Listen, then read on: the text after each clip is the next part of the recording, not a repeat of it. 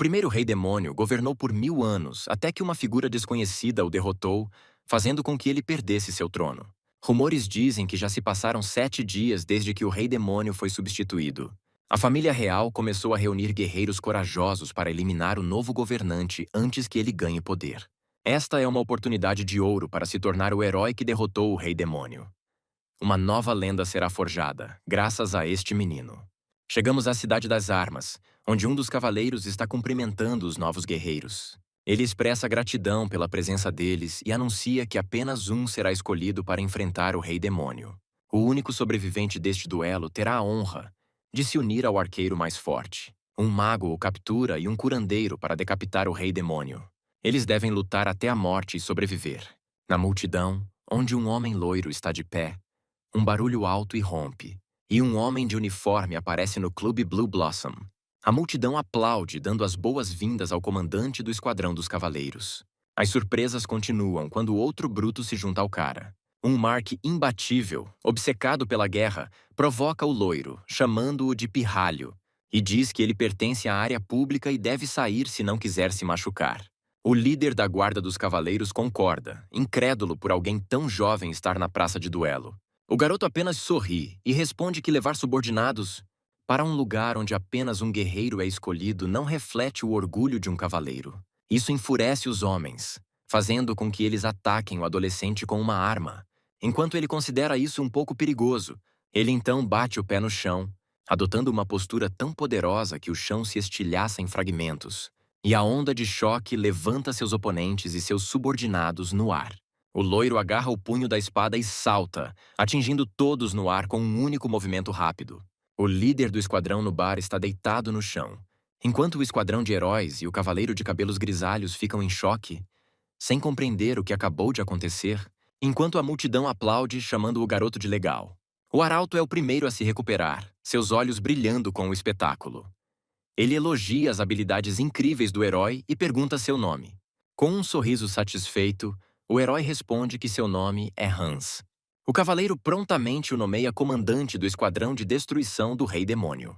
Enquanto isso, um homem de cabelos escuros e olhos amarelos brilhantes observa da janela do castelo. Um servo pergunta sua opinião sobre o evento, ao que ele responde que o rapaz parece útil e deve ser enviado por enquanto. Em seguida, vemos a entrada do castelo do rei demônio, enquanto o esquadrão se dirige diretamente para lá. Não é enquanto Hans começa a suspeitar. A segurança é muito mais fraca do que o esperado. Normalmente, a floresta do rei demônio é impenetrável devido a uma poderosa barreira. No entanto, Grenades argumenta que o novo governante pode estar trabalhando no lixão ou tenha esgotado suas forças ao assumir o trono do rei anterior. Hans fica satisfeito com isso, pois facilita a tarefa deles. Caso contrário, eles poderiam ter ficado presos lá por muito mais tempo. A arqueira se distrai, percebendo que a curandeira está ficando para trás. Ela chama o cara encapuzado, chamando-o de idiota e pedindo que ele se apresse. Apesar de ter recebido um bônus, ele pelo menos consegue andar normalmente agora. O mago também comenta, dizendo que o medo da curandeira indica que eles fizeram uma escolha ruim. Hans, percebendo a comoção, rapidamente tranquiliza a todos. Um curandeiro é essencial para a equipe. A curandeira, no entanto, de repente congela, e Kadim percebe que algo está errado atrás deles. Ele vira a cabeça e vê um enorme golem pairando sobre eles, imediatamente chamando o guerreiro para se virar. Eles não têm tempo suficiente para reagir. Hans só consegue virar a cabeça antes de ser jogado para o lado por uma mão gigante de pedra. Felizmente, ele consegue se proteger com sua espada no último momento. O mago rapidamente assume uma postura, bolas de fogo se formando em suas palmas, e a garota empunha seu arco, preparando-se para atacar. Mas por alguma razão, eles congelam no lugar, como se estivessem esperando por algo. O curandeiro aperta o livro com mais força antes que Kadim o repreenda. Ele precisa urgentemente lançar um feitiço de fortalecimento, mas fica paralisado como uma estátua. Preso à parede de pedra pela força do golem, Hans grita para que eles parem de perder tempo e comecem o ataque imediatamente. O homem encapuzado permanece em silêncio e imóvel, enquanto o mago combina 2 bolas de fogo em uma única bola de fogo enorme, e o arqueiro puxa a corda do arco com mais força e solta, enviando a flecha para se fundir com a chama mágica. O ataque combinado vai direto para o golem, derrubando o monstro e fazendo-o cambalear, levando o guerreiro a agir. O loiro salta segurando sua espada, e sua arma se ilumina com um brilho amarelo intenso enquanto ele ataca o golem que cai lentamente. Segurando o cabo com força, Hans golpeia e, com um golpe preciso, divide o monstro ao meio, fazendo-o desmoronar em inúmeras pedras. Levantando-se, ele sorri, claramente satisfeito com sua vitória, e se vira para informar ao esquadrão que os guardas ainda estavam presentes. Mas então vê Cotton agarrando o curandeiro pelo peito, furioso por ele não ter feito nada, apesar de ser seu dever fortalecer os heróis durante a batalha. O mago garante que eles lidarão com o curandeiro quando voltarem para casa, enquanto o loiro corre e pede ao amigo para se acalmar. Talvez o curandeiro estivesse apenas confuso, mas assim que o homem encapuzado é solto, ele começa a rir, alto, zombando deles e chamando os heróis de escória por não serem capazes de destruir tal golem sem reforços. Agnes o chama de louco, apontando que o monstro era claramente um nível 1 em tamanho. Os curandeiros não aprendem isso? O cara continua rindo e então estende a mão, mostrando ao esquadrão uma pequena pedra na palma. O que foi destruído agora mal conta como este paralelepípedo. A garota permanece tensa, sem entender o absurdo dele, mencionando que ele dotou a pedra de buffs como energia vital e gigantismo, aumentando sua força. Mas e se esses buffs fossem usados em um enorme paralelepípedo?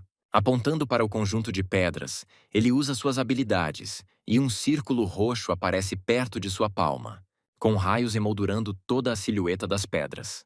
O esquadrão fica paralisado de choque quando o outro golem se ergue, da pilha de pedras à sua frente, muito maior do que o anterior. O curandeiro remove seu capuz, revelando seu rosto pálido, cabelos brancos como a neve e olhos escarlates aos heróis. Ele se pergunta em voz alta qual é o nível desse novo monstro. O infeliz capturado só consegue murmurar algo sobre misericórdia antes que um enorme punho de pedra esmague seu corpo no chão. Hans fica paralisado de choque perto do enorme punho, incapaz de falar.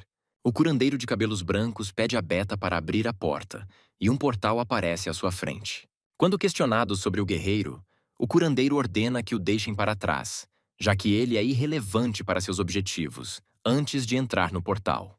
Uma vez dentro, ele se senta no trono enquanto é elogiado por seu excelente trabalho, e é simultaneamente chamado de Rei Demônio. Suas memórias voltam ao dia em que seu pai voltou da guerra. Entre os grupos que retornavam das masmorras sob os aplausos das pessoas, alguns estavam feridos, mas seu pai voltou como um cadáver. Ninguém chorou. Ninguém. Aos 12 anos, ele se tornou um curandeiro com mate. Os membros da equipe recebiam mais ferimentos do que os monstros, mas ele persistiu. Ele não tinha outro trabalho para sustentar sua família. Parecia que Mate também trabalhava como curandeira pelo bem de sua família. Eles se confortavam mutuamente, tentando não perder a esperança dia após dia. Certa noite, enquanto o menino e a menina estavam sentados pacificamente olhando para o céu noturno, um valentão ruivo, um guerreiro de seu esquadrão, chamou por ele. Ele agarrou o menino de cabelos brancos pelo peito, reclamando dos buffs, e mostrou um corte, acusando os curandeiros de incompetência. O menino respondeu sem hesitar, dando a ele o bônus máximo e uma barreira, mas foi esbofeteado e derrubado no chão. O guerreiro estava claramente descontente, questionando se o curandeiro achava que eles eram iguais só porque estavam no mesmo time.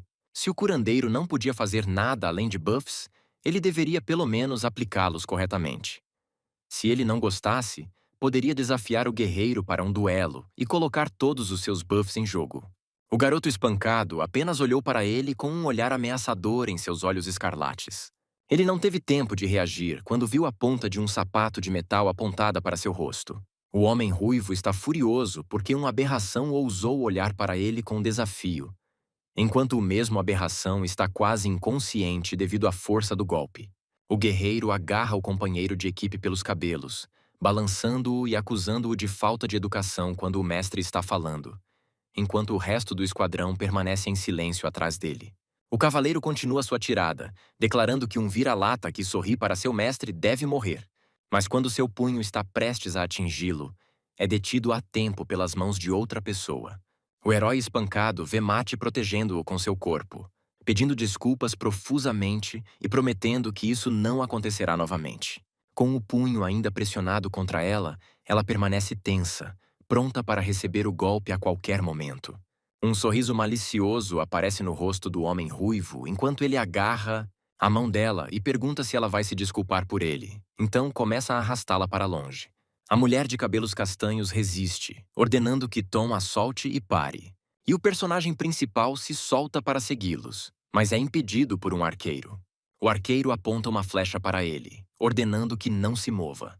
Os curandeiros não podem ferir guerreiros, e se ele cometer um erro, eles podem facilmente matá-lo. A flecha está bem na frente do seu nariz, e uma variedade de pensamentos se aglomeram em sua cabeça. Mate! Não! Mate está lá!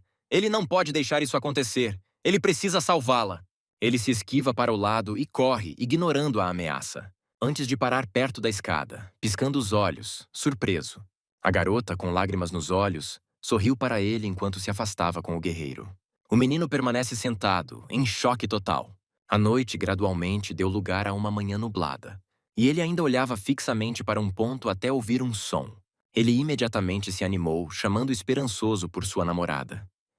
Virando-se para essa equipe que saiu, o guerreiro perguntou se ele realmente tinha ficado ali todas essas horas. O curandeiro não responde, apenas murmura uma coisa. Mate. Onde ela está? O homem ruivo pede desculpas com o mesmo sorriso vil e então diz que ela resistiu demais. Então ele a bateu uma vez e Mate gritou e morreu. Lágrimas jorram de seus olhos e ele ainda não consegue entender como isso aconteceu.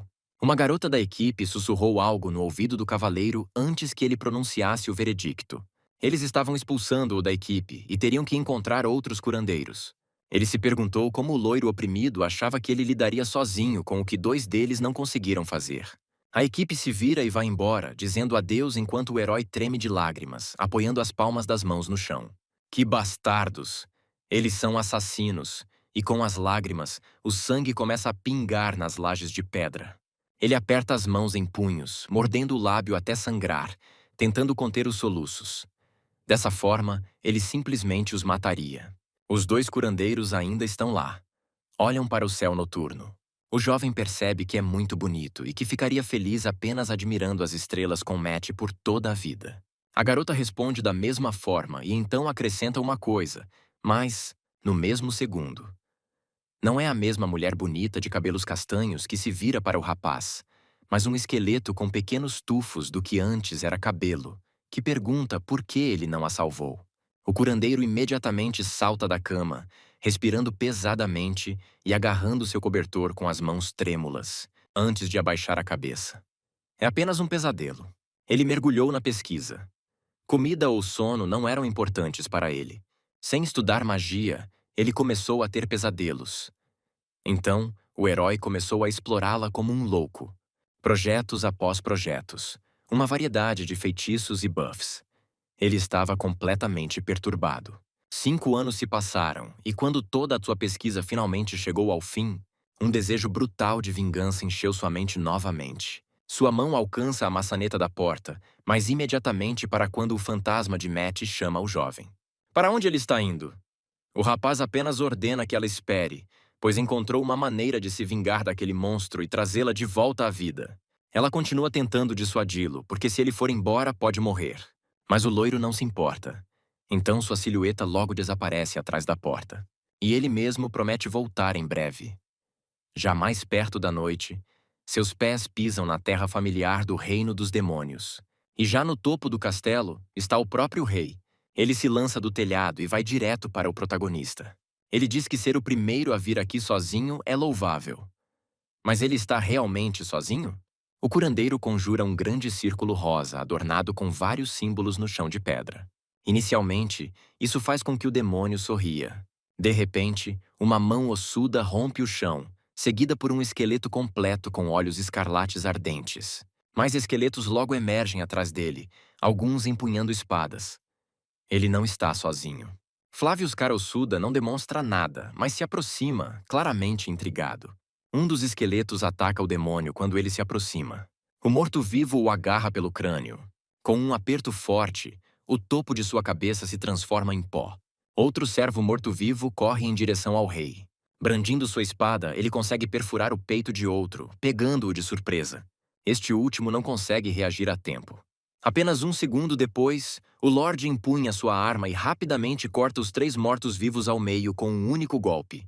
Eles se transformam em ossos, mas os outros continuam avançando, aumentando suas fileiras.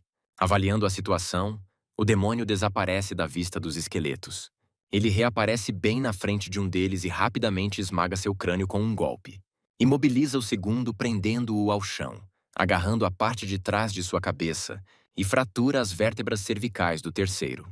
Os mortos-vivos ressuscitados continuam seu avanço implacável, convergindo para ele em um enorme enxame de todas as direções, até mesmo saltando de cima para se amontoarem sobre o corpo robusto do Lorde.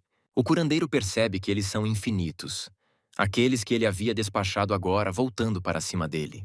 Então, os ossos se espalham em todas as direções, um brilho azul intenso emergindo entre eles, atordoando o herói, o brilho ascendendo ao céu. Uma onda de choque espalha os esqueletos, deixando o pobre homem lutando para se manter em pé em meio à rajada de vento e poder. Através da luz, o senhor emerge ileso, aparentemente imperturbável. Parece que o ataque é irrelevante apenas para ele. Ele realmente acreditava que tais truques poderiam afetá-lo? Surpreso, o homem rapidamente folheia seu livro, encontrando o que precisa e estendendo a palma da mão, da qual um símbolo mágico rosa se forma prontamente, direcionado a um dos esqueletos. O esqueleto é banhado por um brilho da mesma cor, e pedras começam a levitar em sua direção, aderindo e formando semelhanças de músculos e pele, parecendo uma armadura de pedra.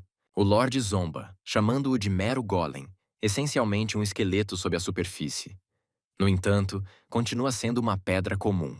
O herói questiona sua certeza antes de... A criatura ressuscitada avança em direção ao Lorde, rugindo e brilhando, e ao alcançar a figura esquelética, desferindo um golpe poderoso no peito do outro.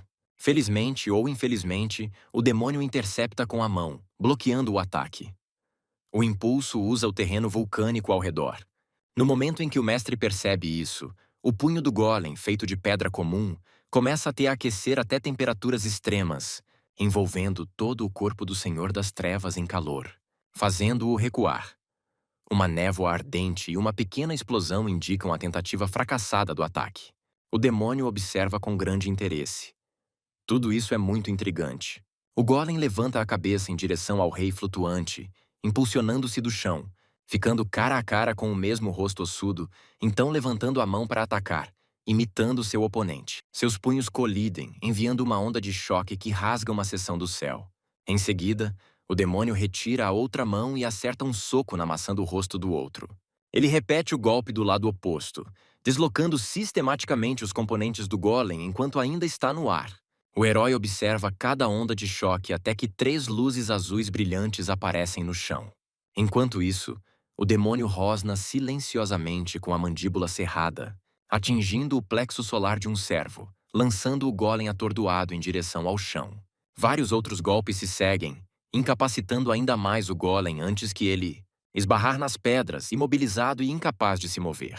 O Lorde aponta a palma da mão para o alvo, conjurando uma esfera azul. O aliado do homem luta para se levantar, mas é inútil, pois o mesmo raio o atinge, desintegrando seu corpo em pó e atingindo com sucesso o loiro, que ergue um escudo com a ajuda de seu livro. Em um instante, o demônio aparece ao lado dele, garras afiadas rasgando a barreira, perfurando-a. É isso tudo que ele é capaz de fazer? O escudo se estilhaça em fragmentos, deixando o homem indefeso enquanto os mortos-vivos avançam, alegando que é insuficiente. O curandeiro sorri. É mesmo? 4 golems distintos se materializam atrás dele. Ele preparou mais alguns. A partir daí, o campo de batalha é engolfado por nuvens, de poeira e detritos, dentro das quais o demônio respira pesadamente, mas consegue rir. À medida que a névoa se dissipa, mais cadáveres de golems cobrem o chão, incapazes de cumprir sua tarefa. Mais tarde, ele sente uma nova leveza em seu corpo, um aumento de poder como nunca antes. No entanto, a voz do herói o interrompe, sugerindo que algo está errado, enquanto o olhar do rei se volta para o seu castelo. Estranhamente, a silhueta de um menino aparece na varanda, embora ele esteja bem na sua frente. O mistério se aprofunda. Se ele não percebeu a presença do intruso em seu castelo, a luta não será tão simples para ele. O demônio explode de raiva, denunciando-o como o peão final com o qual ele apenas brincou. Ele já ultrapassou seus limites. Como esse homem insignificante ousou entrar em seu castelo? A audácia de violar aquelas paredes. Ele deve pagar com a própria vida. O demônio bate no chão com tanta força que ele se desintegra sob suas patas.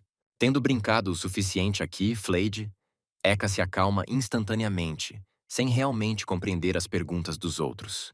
Antes que o loiro levante a mão em direção à lua, e então rapidamente a abaixa, fazendo com que outro símbolo rosa se materialize sob ela, envolvendo o rei e fazendo-o se contorcer. Suas íris azuis mudam abruptamente para rosa quando o herói se aproxima, perguntando-se por que de repente se sente tão leve.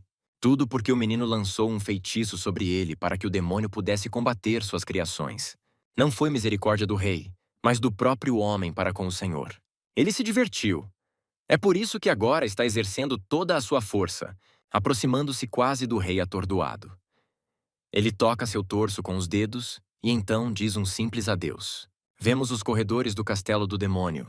Alguém está correndo, visivelmente sem fôlego, e chamando continuamente pelo rei enquanto se aproxima da enorme porta.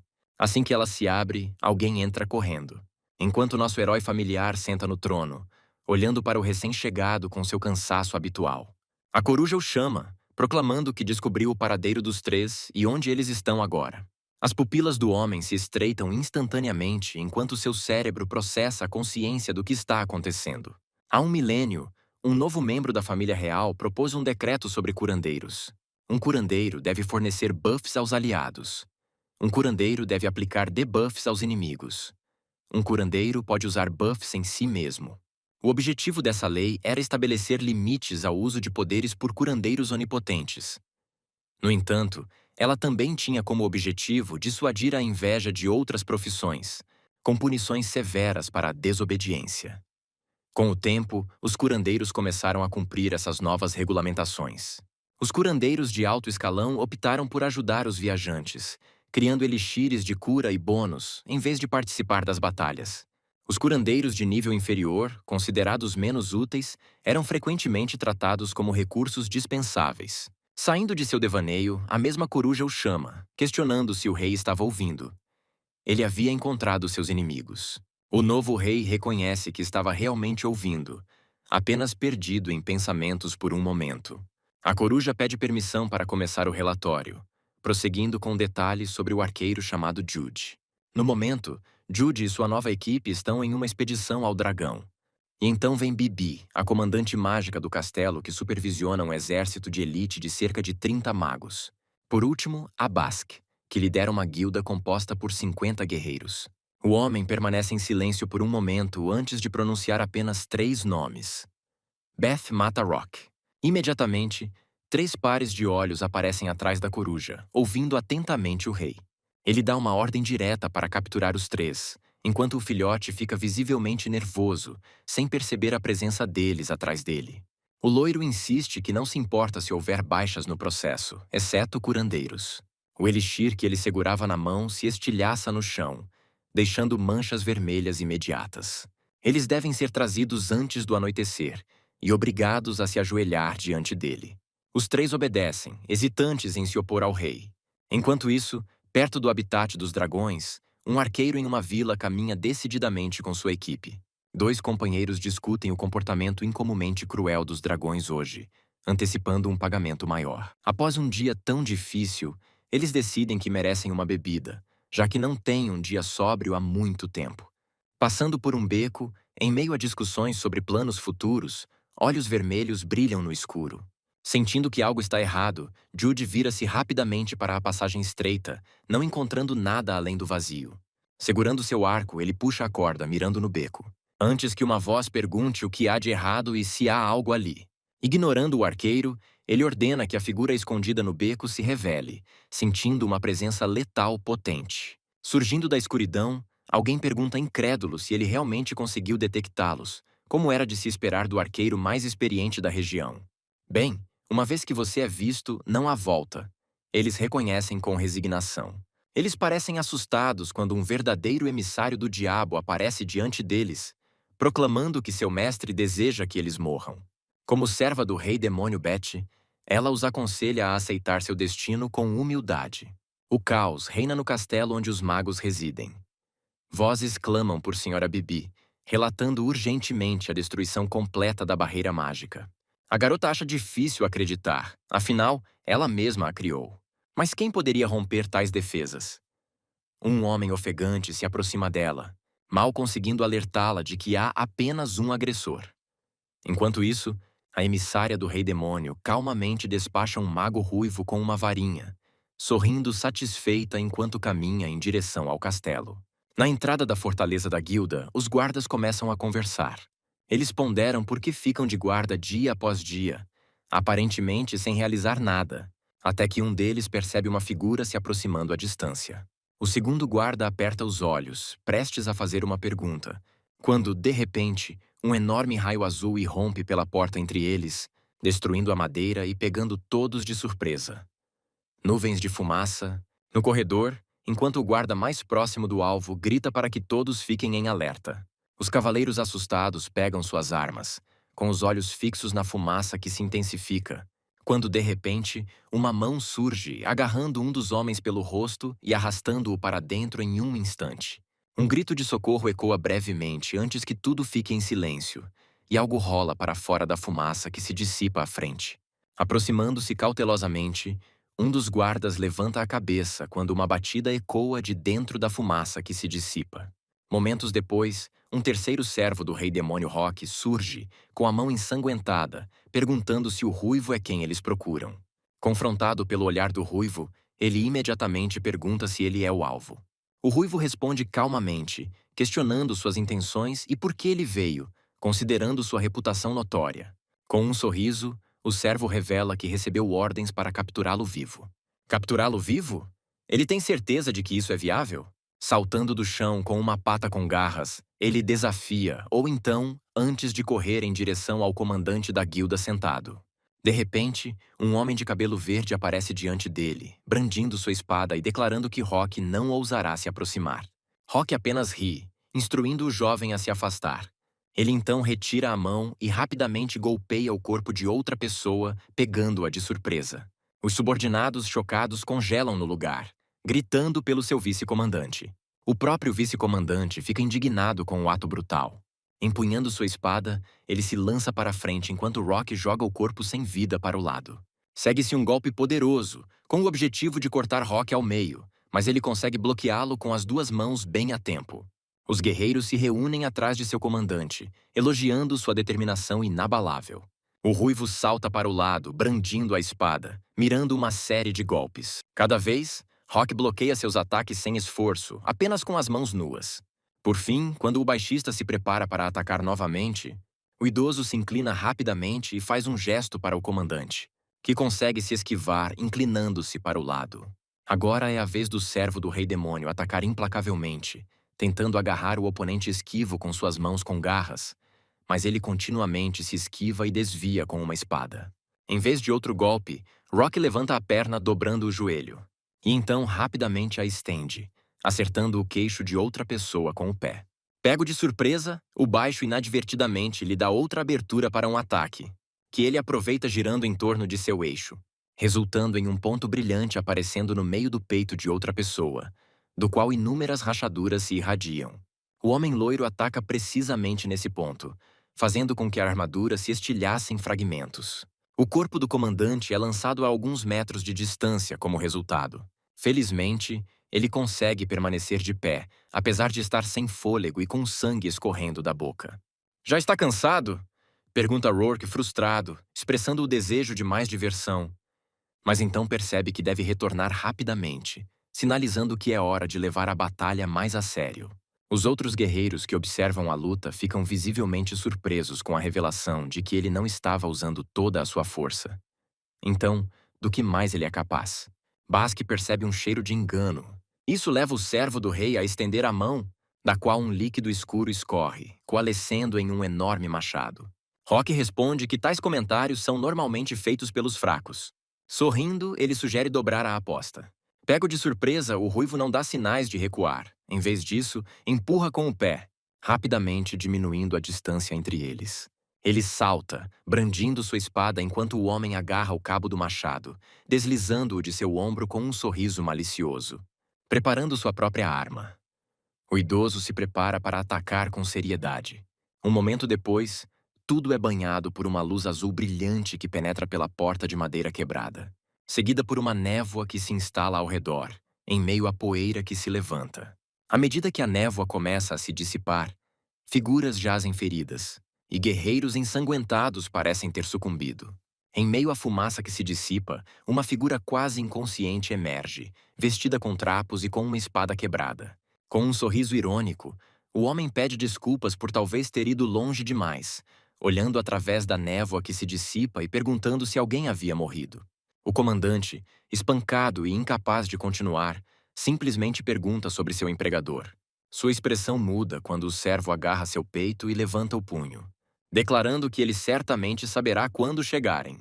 Gradualmente, a visão anteriormente embaçada se torna mais nítida, permitindo uma visão geral dos arredores. Basque acorda, seminu e acorrentado com correntes brilhantes. Conseguindo apenas murmurar sobre seu paradeiro, ele se vê perto de um cristal enorme, cercado por colunas imponentes, com 3 servos parados à distância. O guerreiro revivido é recebido pela contida Bibi, que também está tentando entender a situação. Mas nenhum dos dois entende por que estão ali. Ele se pergunta em voz alta se fez algo para provocar isso, enquanto o homem ruivo permanece sem entender o ataque de um agressor desconhecido. Aquiles decide esclarecê-los.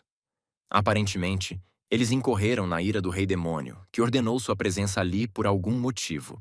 O arqueiro protesta veementemente, alegando que eles nunca sequer se aproximaram do castelo do rei demônio. Basque concorda, perguntando se houve algum erro na identificação deles. Antes de convocar Bibi e exigir que ela dissipe o feitiço que os prende para que ele possa lidar com seus captores rapidamente, Basque é informado calmamente que ela não tem a capacidade de fazer isso prontamente. Nesse momento, Rock intervém. O comandante é realmente corajoso ou apenas tolo?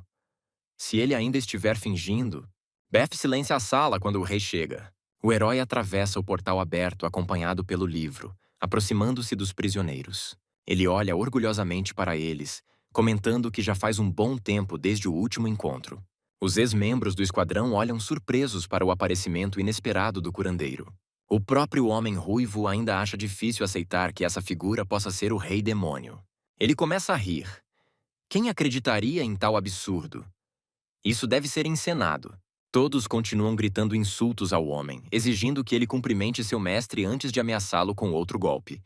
E por que ele está olhando para eles com desdém? A demônia ovelha, que antes havia se afastado, cerra os dentes. Ela se vira rapidamente e, com um golpe preciso, não apenas arranca os dentes do homem, mas também arranca sua língua. Testemunhando isso, os heróis ficam em silêncio e imediatamente ficam tensos. Enquanto isso, o homem loiro percebe que o ex-guerreiro está demorando muito para entender a situação. Agora ele explicará por que eles foram trazidos para cá. Este é o último andar do castelo do Rei Demônio, onde reside o lendário Círculo Mágico. Ele se dirige a Bibi, esperando que ela entenda. Todo mago conhece esse dispositivo. Ela parece surpresa. Sério? Sim, um círculo mágico que pode trazer os mortos de volta usando sua força vital. Ele pretende ressuscitar Mate com ele. O comandante mal consegue gritar, "Pare!", mas o círculo do rei já se afastou. O círculo abaixo deles brilha em um rosa intenso. Os ex-membros do esquadrão começam a gritar em agonia, seus corpos atormentados por uma dor insuportável, suas palavras ininteligíveis. Bas tenta gritar algo, mas só consegue dizer uma única frase clara.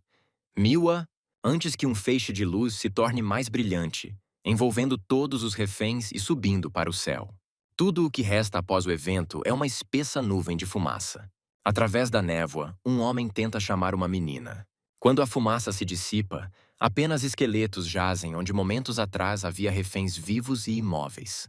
O próprio rei observa, perplexo com o que aconteceu. Isso não pode ser real. Por que deu errado? Não havia nenhum erro no feitiço. Então ele percebe que naquele momento o ex-comandante gritou para ele, "Mihaiwa!" Logo, toda a terrível verdade se revela para ele, afetando profundamente o curandeiro. Talvez em algum lugar lá fora, em um lugar desconhecido, eles ainda estejam vivos. Aquiles senta-se em um penhasco. Olhando para baixo, ele vê uma vila engolfada em chamas. De repente, ele percebe e salta do penhasco.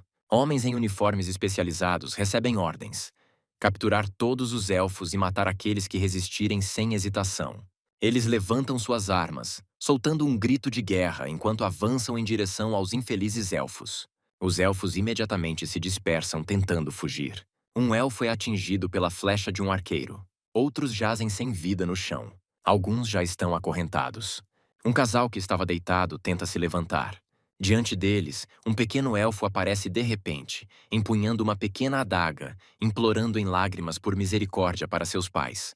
O menino implora desesperadamente para que não machuquem o elfo. Um homem com uma lança salta para a frente, sorrindo, questionando se eles realmente acreditam que não eliminarão um alvo tão fácil. A lança se aproxima do menino, que aperta os olhos, resignado ao seu destino. No entanto, nenhum golpe se segue. Ele abre cautelosamente um olho e vê a ponta da lança parada por uma mão negra. Essa figura se revela como algum tipo de entidade monstruosa, assustando o menino, fazendo-o recuar. No entanto, um servo do rei demônio interrompe, emergindo das chamas, questionando suas ações. O lanceiro mal consegue murmurar monstro antes de ser questionado sobre quem ele é. Virando a cabeça, o menino avista todo o seu esquadrão nas proximidades. Aquiles se aproxima calmamente, preferindo não lutar, e solicita a libertação de todos os reféns. O menino olha para Aquiles com espanto.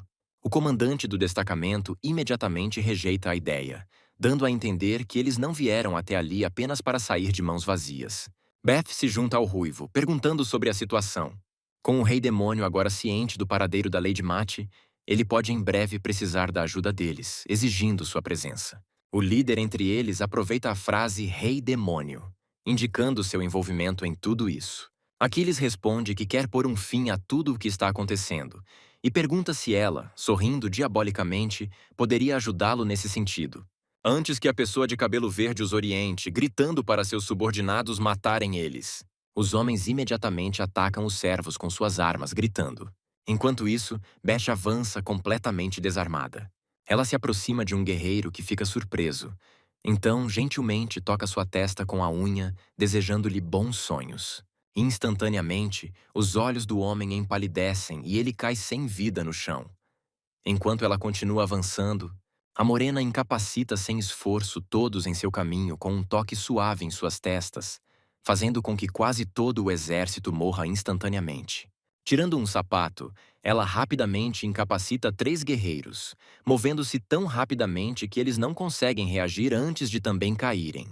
Beth fica triunfante em meio aos corpos caídos, surpreendendo o líder do esquadrão. Aquiles percebe como ela o subjugou sem recorrer ao assassinato.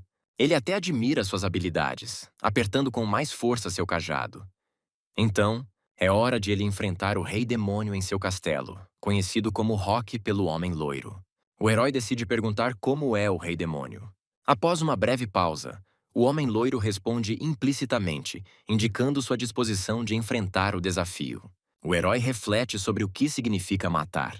Após um momento de reflexão, ele responde que o Rei Demônio sorri todos os dias e esconde sua verdadeira natureza, tornando difícil até mesmo para ele mesmo saber. Todas as dúvidas sobre a necessidade de Abazafs ainda persistem. Uma pedra, se pudesse tocá-lo, certamente o despedaçaria. Segurando seu cajado com força na palma da mão, Aquiles empurra-a para a frente, conjurando instantaneamente um círculo mágico à sua frente.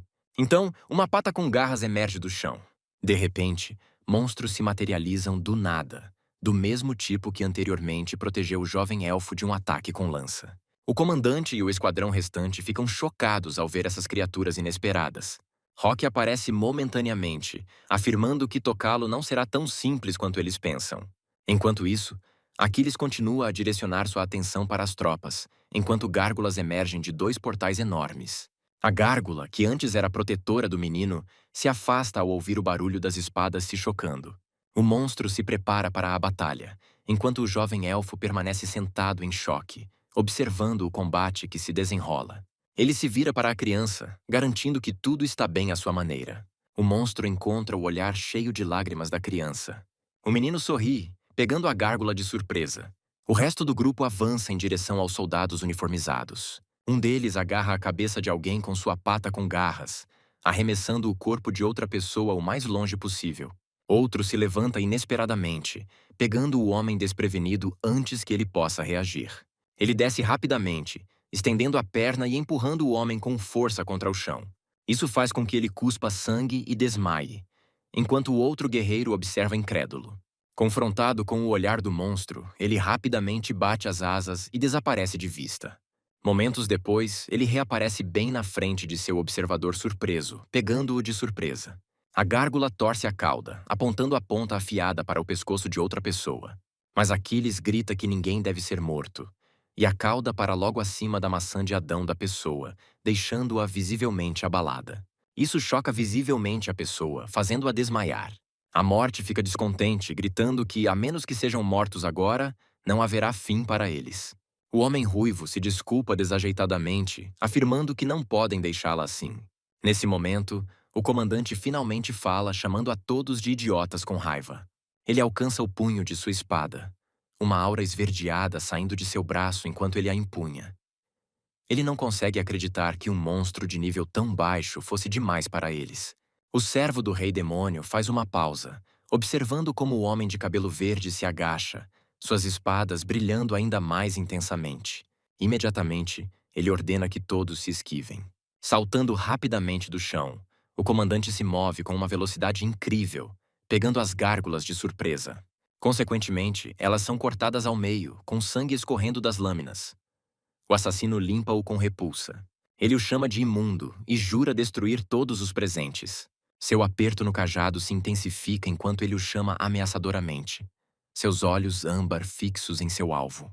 Claramente, palavras não são seu forte. A ponta arredondada da arma do servo imediatamente brilha com uma luz rosa. Um símbolo enorme se materializa atrás dele, impressionando o comandante com seu tamanho gigantesco. No entanto, nada muda. Os guerreiros e gárgulas permanecem juntos. O homem de cabelo verde sorri com ar de quem sabe das coisas. De fato, nada parece ter mudado. De repente, um punho colossal voa em direção ao seu rosto, emergindo de um portal com uma força incrível. O corpo do guerreiro é lançado vários metros. Então, o punho bate em suas costas com força renovada. O impacto faz com que ele entre em convulsão, derramando sangue. Enquanto ainda está no ar, um portal roxo escuro se materializa na frente de seu rosto. Desta vez, não é um punho que surge, mas uma perna inteira que o empurra com força contra o chão. O impacto é tão intenso que as lajes de pedra próximas se partem. Uma onda de choque sacode a área, cobrindo tudo com poeira, incluindo aqueles que sobreviveram. A poeira assenta, revelando as consequências do ataque. Algo range sob o manto e, após alguns momentos, a figura se levanta. O comandante ainda está vivo, segurando a perna com as duas mãos. Ele realmente acreditava que sucumbiria a um ataque tão monstruoso? Com um movimento rápido, o homem de cabelo verde o joga para o lado. Então, com grande velocidade, ele corre em direção aos servos, segurando firmemente o punho da espada. Ao se aproximar, ele considera que um ataque inesperado de um agressor invisível não é eficaz em combate à distância. No entanto, a maior vulnerabilidade do invocador é exposta. Aproximando-se rapidamente, o comandante para a 1 metro de distância e brandindo suas espadas. Suas pontas afiadas são apontadas precisamente para o pescoço do outro. Portanto, a maior fraqueza reside em sua própria forma física. A lâmina da espada mal toca o pescoço do servo do rei demônio, por apenas alguns centímetros. Um pequeno ponto preto aparece na ponta, espalhando rachaduras roxas escuras para fora. No momento seguinte, aquele pequeno ponto se transforma em um enorme portal. Emergindo dele está a mesma mão que agarrou o homem de cabelos verdes, agora repentinamente estendida, mantendo uma distância segura entre o comandante e seu dono. Aquiles comenta calmamente que aqueles que tentam se aproximar dele não são diferentes de estranhos. Ele realmente acreditava que tudo se desenrolaria tão facilmente? Os dedos imediatamente apertam o pequeno corpo de outra pessoa, fazendo com que o guerreiro grite de agonia enquanto as articulações e os ossos são pressionados com força. Apesar disso, apenas um som monstruoso escapa de sua boca antes de gradualmente dar lugar a chiados. Depois, a silenciosos pedidos de misericórdia. De repente, o servo percebe um movimento em sua visão periférica e se vira para confirmar suas suspeitas. Antes que ele possa reagir, ele encontra o mesmo menino segurando a cabeça com medo. Frustrado, a mão que antes exercia uma pressão imensa sobre o corpo do guerreiro solta abruptamente seu aperto.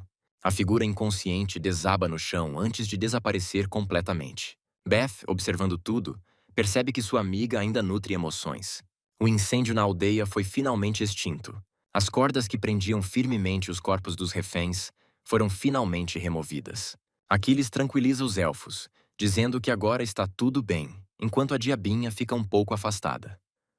Observando isso, eles expressam sua gratidão de forma desajeitada, parecendo completamente desorientados, antes que uma das meninas caia de joelhos. Ela tem medo dele.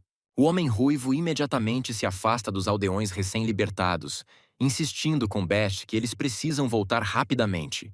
Sem demora, a garota bufa e bate as asas antes de segui-lo. Juntos, eles se movem pela mata escura da floresta em silêncio total, quando após algum tempo, o mesmo menino começa a segui-los. Os adultos rapidamente percebem sua presença e param. O homem vira-se imediatamente para ele, questionando por que ele os está seguindo, já que são pessoas perigosas. Ele deveria voltar antes de se perder. Ele e a menina se viram novamente, continuando sua jornada no mesmo silêncio. Mais tarde, eles ouvem passos atrás deles mais uma vez. Parando mais uma vez, Aquiles olha para a criança por um longo momento, ainda com lágrimas nos olhos, antes que sua figura comece a se desfocar. A jovem elfa o lembra de seu próprio passado. Ele aperta os lábios, finalmente cedendo após alguns segundos com um suspiro pesado. Não há nada a ser feito, não é? O menino abaixou a cabeça, aparentemente preparado para qualquer repreensão ou punição, mas em vez disso, o homem estende a mão para ele. Seguindo um par de tênis, outra criança se junta a eles. Agora eles caminham juntos. Um homem ruivo segurando a mão de um elfo, com uma morena um pouco mais atrás. Sorrindo, ela faz uma pergunta completamente retórica. Ao ver esse casal, o que dirá o rei demônio? Agora nos são mostrados outros corredores dentro do prédio, igualmente sombrios, em um dos quais está um homem familiar de cabelos verdes com a cabeça baixa, aparentemente da guarda real. Ele se curva ainda mais, afirmando que veio para uma audiência com Sua Alteza Real. O homem sentado no trono logo no início, visível do castelo, dispensa todas as saudações formais. Como o comandante poderia voltar para ele de mãos vazias, sem capturar um único elfo? O guarda imediatamente levanta a cabeça e se desculpa, mencionando a interferência de certos indivíduos e sugerindo que provavelmente eram subordinados do rei demônio. O rei apenas sorri e casualmente desvia o olhar, ordenando a execução de todos os elfos. Uma vez que recebem ajuda do rei demônio, rumores prejudiciais podem se espalhar. Olhos âmbar fixam-se no homem mais uma vez. O novo rei demônio também está marcado para a eliminação. Ele ordena que o lendário guerreiro seja convocado a ele. Enquanto isso, em uma casa no meio da floresta, alguém corta lenha, fazendo lascas voarem em todas as direções. Mas o jovem de cabelos ruivos parece despreocupado. Então, uma garota o chama, chamando-o carinhosamente de querido.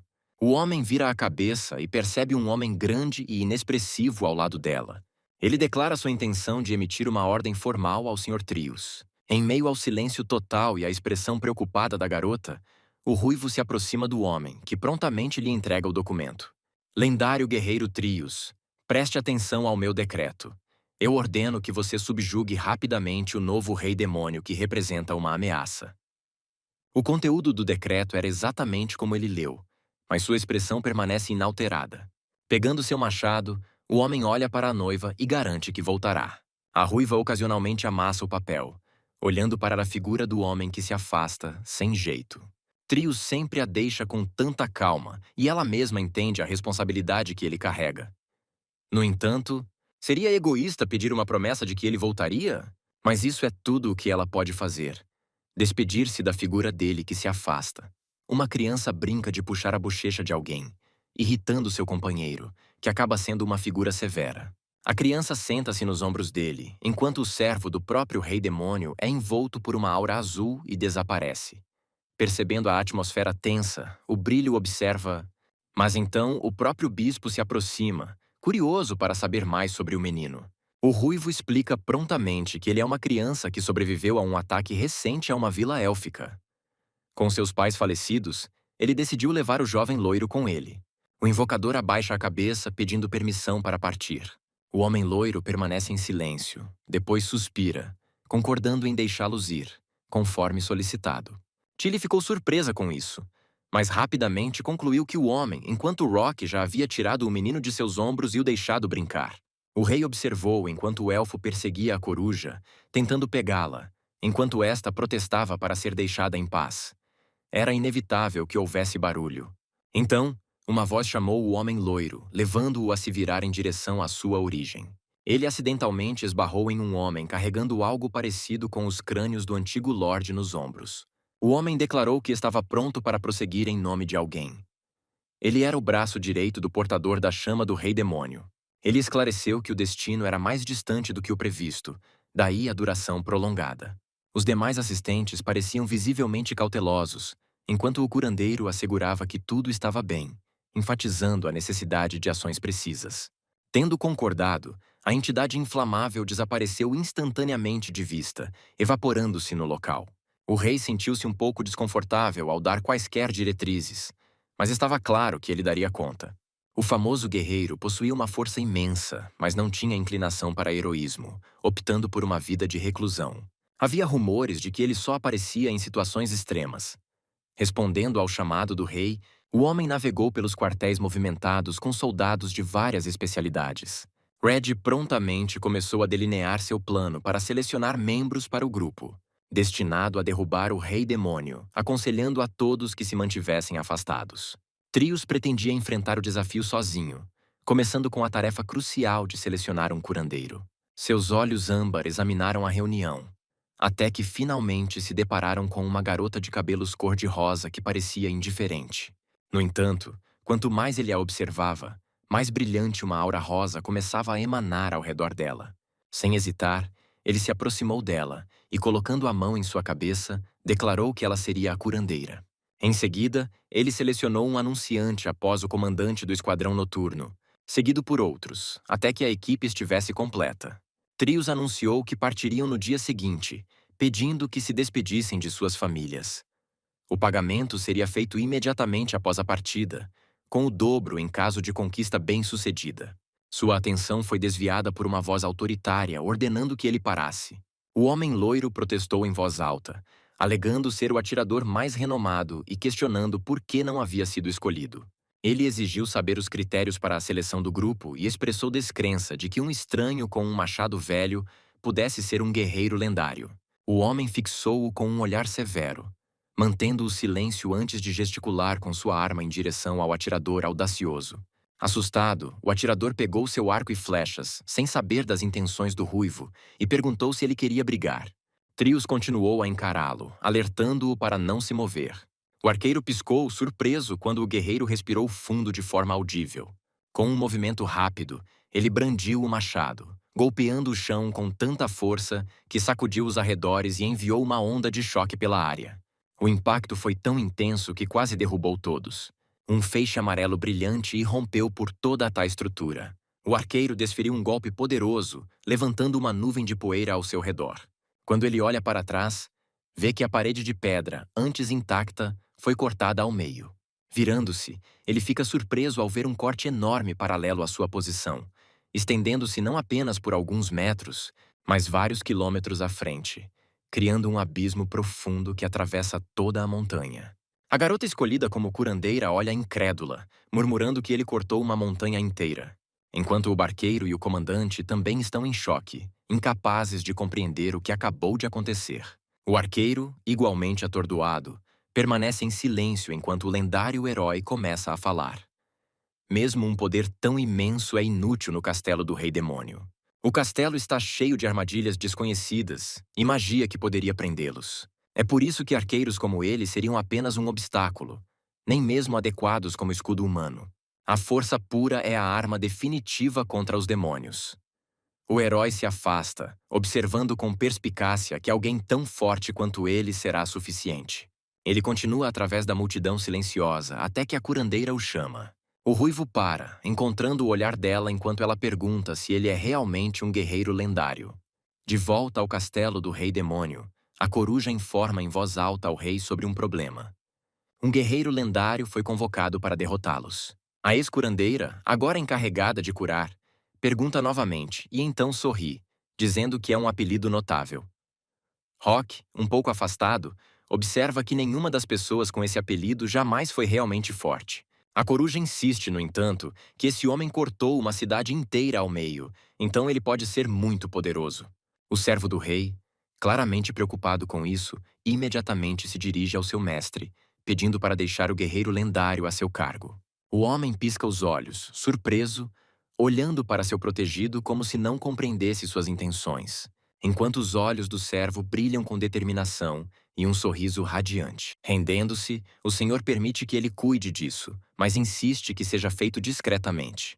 Rock se curva, dizendo que entende, e então desaparece instantaneamente, deixando apenas o senhor e a coruja piscando de surpresa. A coruja fica tensa, estreitando os olhos em espanto. Isso é muito estranho. Então vemos que a noite já caiu na pousada onde os heróis estão hospedados. A garota de cabelos cor-de-rosa, agora uma curandeira, dorme pacificamente antes de estremecer quando uma luz azul brilhante ilumina seu rosto. Ela aperta os olhos, esfrega-os e senta-se, percebendo a luz brilhante vinda da janela perto de sua cama. Ela olha para fora, confusa sobre o que poderia estar acontecendo no meio da noite, antes de seus olhos se arregalarem em choque. Do lado de fora da janela, ela vê Rock e o lendário guerreiro frente a frente na rua. O guerreiro lendário comenta que é surpreendente que o servo do Rei Demônio tenha vindo pessoalmente até ele. O homem loiro, sorrindo, responde que recebeu instruções para realizar sua tarefa da forma mais discreta possível. O ruivo fica grato por a ideia de prejudicar os outros não ter passado pela sua cabeça. O sorriso de Rock se amplia ainda mais enquanto ele desconsidera essas formalidades, estreitando os olhos para se concentrar exclusivamente no homem à sua frente. Uma aura radiante e ardente o envolve, demonstrando claramente sua força. Os olhos do homem loiro brilham de empolgação enquanto ele declara sua vontade de lutar com todas as suas forças. Trios aperta o cabo do machado antes de proferir um simples comando de ataque.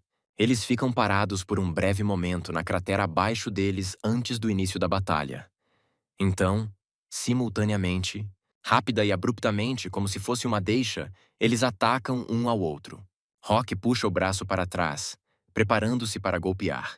No momento em que um líquido preto começa a fluir de suas veias, que logo se transforma, não em seu machado habitual, mas em uma espada genuína destinada a desferir um golpe fatal em seu oponente. Mas com um sorriso, ele balança o machado e se esquiva. O golpe da espada, levantando sua arma na mão. Felizmente, Rock reage rapidamente, retirando sua outra mão, da qual emerge um escudo dourado com um emblema brilhante de suas veias e capilares, desviando a lâmina do machado, que se estilhaça em pedaços, fazendo com que o homem recue, olhando surpreso para os fragmentos do escudo. Caramba, esse é um nível extraordinário de poder. Naquele momento, Trio agarra o cabo de sua humilde arma com as duas mãos e a balança com força na direção oposta. Felizmente, o servo do Rei Demônio consegue perceber esse movimento a tempo. Ele rapidamente levanta o joelho dobrado e com garras, e com um movimento rápido da pelvis, desvia a lâmina com o pé, fazendo com que ela caia a alguns metros de distância da luta. Por alguma razão, a arma cai a alguns metros de distância da luta em andamento. Ambos os adversários imediatamente se impulsionam do chão, lançando-se um contra o outro no ar com os punhos prontos, cada um com a intenção de eliminar o outro ou qualquer outra pessoa presente. Quando seus punhos finalmente se chocam, o físico de Rock é tão poderoso que é impulsionado com força pela onda de choque por alguns metros, mas ele usa suas próprias garras para impedir que caia, enquanto o ruivo se aproxima rapidamente dele. No entanto, o servo sorri sem motivo aparente, e é tão sarcástico que é seguro assumir que ele pensou em algo. Com uma repentina flexão ao meio, o loiro perfura a pedra com as palmas das mãos, fazendo com que ela se levante até que algo azul brilhe por baixo. Sua garganta solta um grunhido abafado, que é o empurrão final. O caminho até ele está bloqueado pela enorme montanha que se ergue até o céu bem na frente daquela pedra em particular. No entanto, o lendário lutador nem mesmo pensava em desistir. Antes que seu punho esmague o paralelepípedo com todas as drogas, ele balança ainda mais forte. O topo improvisado começa a se fraturar instantaneamente em todos os lugares a partir do ponto de impacto até desmoronar completamente, por uma fração de segundo. No entanto, não há pedra em seu rastro. Oh, não! A partir daí, ele ataca seu oponente, pronto para dar um soco. Ele estava se divertindo muito. A distância entre os nós dos dedos e o rosto da outra pessoa é de alguns milímetros. É hora dos trios se retirarem para a noite. Parece que o punho vai passar do alvo. No entanto, Trio se esquiva como se não lhe custasse nada. E depois disso, ele aperta a palma da mão, fazendo com que ela brilhe intensamente em amarelo, quase como fogo. Com a mão se movendo para o lado e o oponente acertando suas costelas, Rock não tem tempo para reagir, observando como se estivesse em câmera lenta. O servo do rei demônio abre os olhos com espanto assim que os nós dos dedos atingem o lado, cerrando os dentes até que o sangue comece a jorrar de dentro. O cara lança seu oponente várias dezenas de metros no ar com um golpe tão poderoso. 642. E a presença de Rock não é em vão, pois quanto mais alto ele sobe, mais claramente suas asas emergem de suas omoplatas. 643. O que lhe permite mergulhar e permanecer no ar, reduzindo ao mínimo a recente separação entre eles. 644, lançando sua perna novamente e rolando paralelamente. A brincadeira acabou. O pé do homem loiro está prestes a atingir o rosto do lendário guerreiro com toda a sua força e raiva. Se não, martelá-lo como um prego no chão. No entanto, ele consegue rapidamente bloquear com as duas mãos. Rock persistiu em pressionar, porém, e o fez com tanta intensidade que um feixe de luz azul apareceu no céu logo após a batalha. Devido ao estresse extremo, o homem ruivo parece ileso, mas a poeira que se levantou da briga é a única evidência do incidente recente. O servo do rei demônio está respirando pesadamente, com sangue escorrendo dos lábios, perplexo com o fato de o corpo de seu oponente ter suportado tal punição. De repente, seu próprio corpo cede, enquanto Trios agarra sua panturrilha, apertando e puxando-o para mais perto, antes de se virar e arremessar Rock com um movimento brusco, fazendo-o voar para trás, batendo em uma enorme rocha, faíscas voando e levantando nuvens de poeira e fumaça no ar. Parece que a batalha acabou, com o lendário guerreiro como vencedor. Mas não. O loiro voa para fora da fumaça, quase sem arranhões, e ataca seu oponente mais uma vez, balançando o braço determinado a causar algum dano. Mas Trios bloqueia golpe após golpe com as palmas das mãos, tornando cada ataque inútil. Em algum momento, o servo do rei demônio começa a perceber, embora não queira admitir, que não pode vencer essa luta pela força. Em termos de força e velocidade, esse homem é claramente superior a ele. A silhueta que ele atacou tão implacavelmente simplesmente se desfaz antes de desaparecer completamente, reaparecendo atrás dele. Rock, surpreso, não entende como o ruivo pôde desaparecer tão rapidamente. Ele se vira, com o objetivo de dar outro soco, mas uma mão agarra a sua, apertando-a com firmeza. O oponente grunhe, segurando o punho do loiro, e então percebe que algo ainda parece estranho. Parece que ele tem a habilidade de forjar suas próprias armas. Depois de perder seu machado, ele teve que confiar nas artes marciais. Inicialmente, ele usou apenas os punhos, conseguindo até mesmo se manter firme, eventualmente sorrindo e afirmando que queria lutar com as mãos nuas, já que estava sem armas. Isso é verdade? A expressão no rosto do ruivo escurece. O pirralho o subestimou? Os dois saltam para o lado, evitando por pouco o machado cravado no chão. É culpa dele por ter perdido sua arma antes de uma batalha tão perigosa. O machado se ergue da terra. A partir de agora, deixe o capanga do rei demônio mostrar toda a sua força. A lâmina se inflama com uma chama quase infernal, sua ponta apontando diretamente para o peito de alguém. Então, o próprio Trios faz o mesmo. Os olhos turquesa dos dois se encontram. O cara encara seu oponente por alguns segundos, chamas dançando atrás dele, antes de suspirar baixinho, fechar os olhos e alcançar, pela sua espada, que também estava no chão antes. Talvez este lugar marque o fim.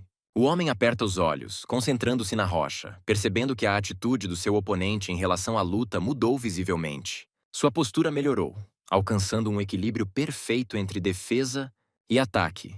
e sua atitude em relação a demonstrar suas habilidades. Seus olhos se encontram por uma fração de segundo antes que o servo do rei demônio corra em direção ao homem. Ambos brandem suas armas, uma com um vermelho infernal, a outra com um turquesa brilhante, antes que as lâminas da espada e do machado colidam. O choque é tão violento que um clarão amarelo brilhante ilumina tudo em vários metros, seguido por uma coluna de fumaça, poeira e chama se espalhando por todo o campo de batalha. O machado, ainda segurado pelo trio, se estilhaça e racha sob a força do golpe, e então se desintegra completamente, deixando apenas um cabo de madeira na mão do lendário guerreiro. O homem olha para sua arma quebrada, reconhecendo que seu oponente teve um bom desempenho, conseguindo infligir algumas facadas e cortes. À medida que a fumaça se dissipa gradualmente, o rosto machucado e ensanguentado de Rock surge, xingando antes de abaixar a cabeça para examinar seu próprio corpo. Quando a poeira assenta novamente, ele fica de pé, espancado, cortado e ensanguentado, sem roupas, exceto suas calças e uma asa parcialmente intacta.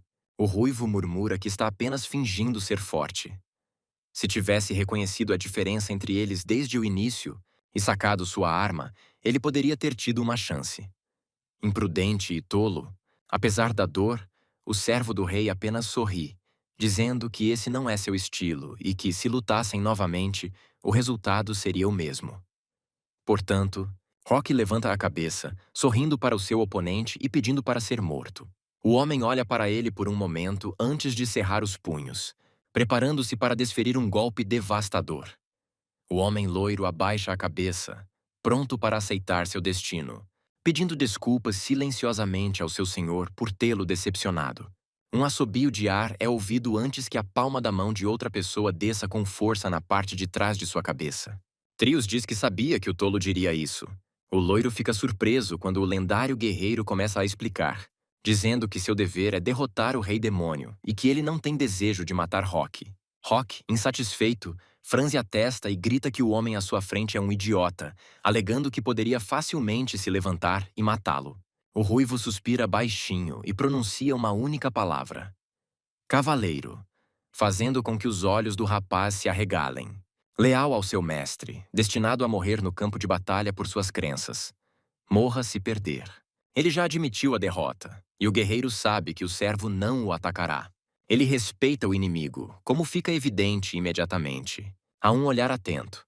O cavaleiro barroco, com seu orgulho, já no castelo do rei demônio, permanece como um servo seminu e ainda espancado. A coruja salta até ele, perguntando o que aconteceu e querendo enviá-lo para tratamento imediatamente. Mas o cara não ouve. Caminhando mais adiante pelo corredor da sala do trono, ele passa por Bet e Aquiles, parando diante de seu senhor, que está sentado no trono. Ajoelhando-se, ele descansa um joelho e o punho no chão. E Rock declara com total firmeza que foi derrotado como cavaleiro e deve deixar o castelo do demônio por um tempo.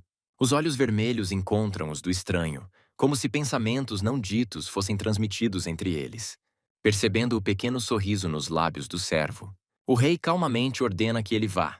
Agradecendo ao seu senhor, ele imediatamente se levanta e se dirige para a saída, enquanto todos olham para suas costas, perplexos.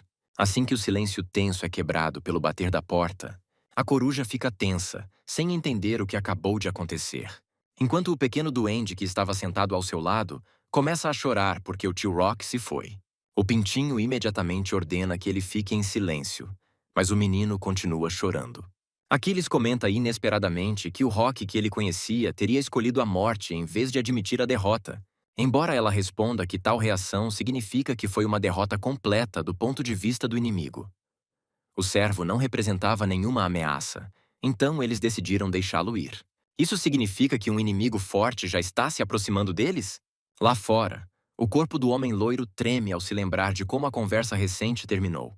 Trios disse que tinha apenas um pedido, já que ele havia sido derrotado: deixá-lo sair do castelo do rei demônio. E se ele se recusasse, jogar fora seu orgulho e matá-lo naquele momento. Rock, é claro, não fez isso. De volta ao castelo, com uma expressão sombria no rosto, o rei percebe que agora essa é sua batalha.